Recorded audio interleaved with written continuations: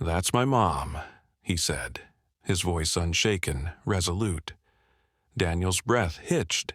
His wife, Emily, had disappeared nearly a year ago, lost without a trace.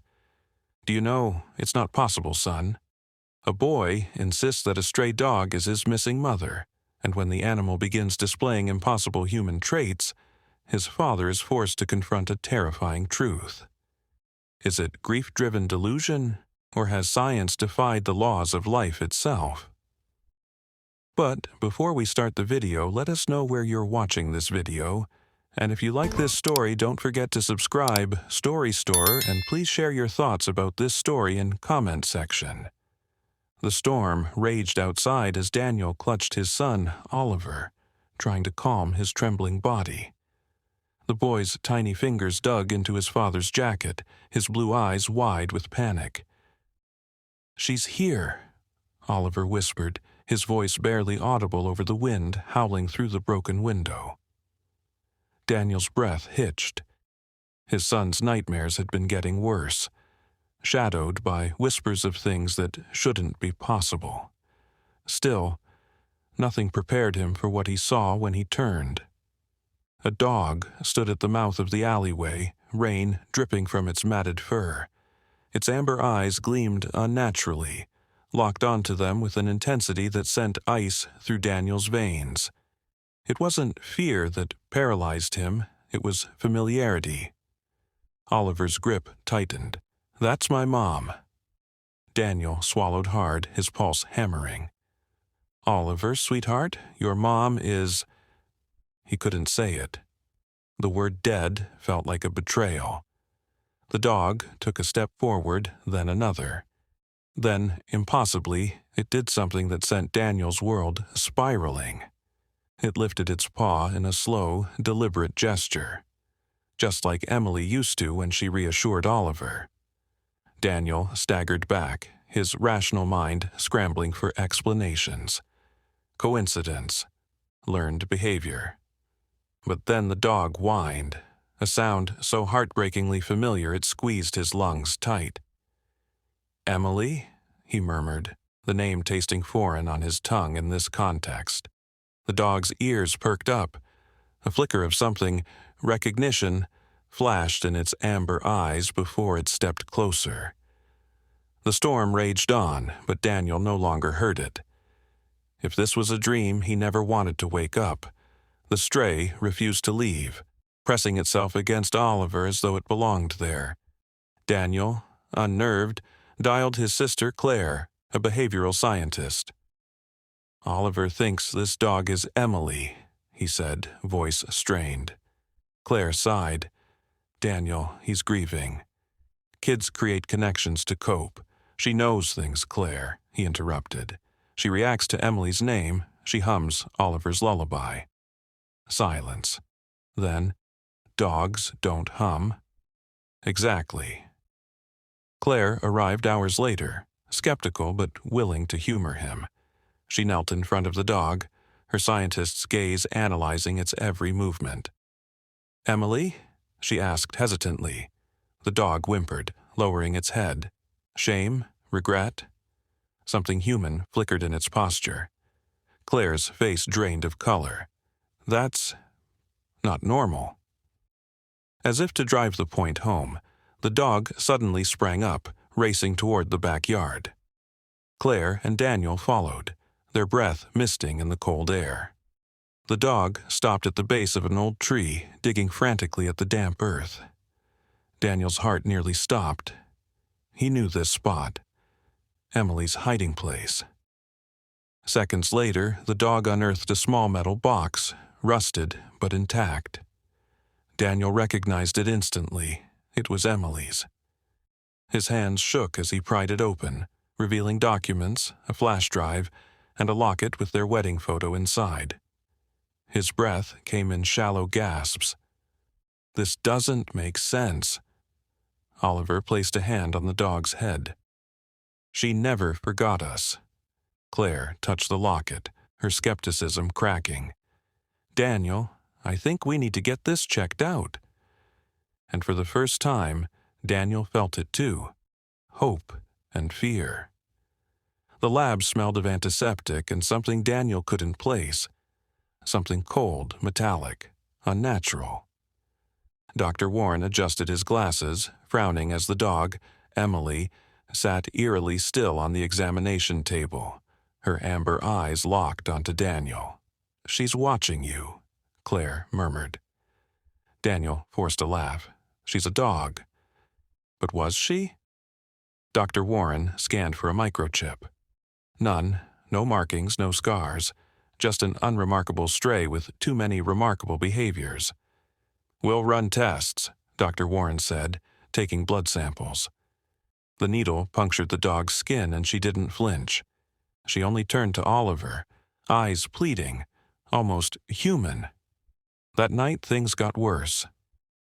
Daniel woke to the sound of scratching, long, deliberate, dragging claws against wood. He bolted upright. The dog sat by the bedroom door, pawing at it. "Emily?" The name escaped him before he could stop it. The dog turned and smiled. A trick of the shadows? His mind playing games? The next morning, Oliver found his mother's wedding ring in the backyard.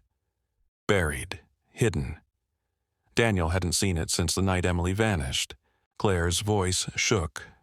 There's no way she could have known where that was. The test results came back 2 days later. Dr. Warren's face was pale. Daniel, the DNA, a loud crash cut him off. The dog had flung itself against the glass, teeth bared, eyes wide with terror. Something was coming.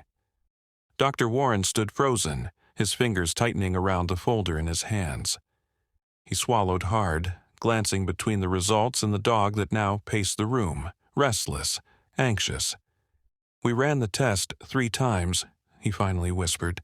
"The maternal DNA—" He looked at Daniel. "It's a match." Daniel felt the floor tilt beneath him. "You're saying—" Dr. Warren nodded. "This dog is biologically related to Oliver." Silence. Then a soft laugh. Oliver, sitting cross-legged on the floor, stroking the dog's fur. "Told you," he whispered. "It's Mom." Claire staggered back, gripping the counter. "That's not possible." And yet, here they were. Then something strange happened. The dog let out a whimper, low and sorrowful. She turned her head toward the window and growled. Daniel followed her gaze. A shadow moved outside. Dr. Warren's expression darkened. "You need to leave, now." "What? Why?" Daniel demanded. Warren grabbed his arm, voice urgent. This isn't just science anymore." The dog snarled, backing toward Oliver as the sound of approaching footsteps echoed from the hallway. Someone was coming, someone who didn't want them to know the truth. Claire's fingers trembled as she flipped through the old files, yellowed pages filled with cryptic notes, incomplete formulas, and signatures of scientists long forgotten. At the top, Emily's name. At the bottom, a stamp, classified, Project Revenant. She met Dr. Warren's eyes. "What is this?" He hesitated. "Something we were never meant to find." Claire kept reading.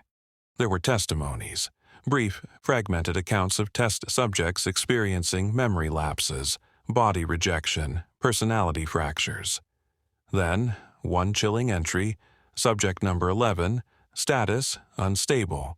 Full consciousness transfer, experiment pending. Last seen, lab fire, 11:42 p.m.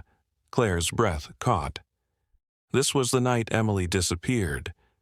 Daniel grabbed the page, scanning it in horror. "You're saying she was, what? Forced into this?" Warren exhaled sharply. "Or she chose it." The door creaked. The dog, Emily, let out a guttural growl. A man stepped in, dark suit, cold smile. "You've found too much." The lights flickered, then the gun came up, and the chase began. Daniel had forced himself to forget the details of that night, the fire, the endless sirens, the silence that followed. Now, the memories clawed their way back. Emily's last call. "If something happens to me, protect Oliver. trust him." Her voice had been hoarse, urgent, almost mechanical, like she already knew her fate. Claire dug deeper into the files. "Listen to this," she whispered.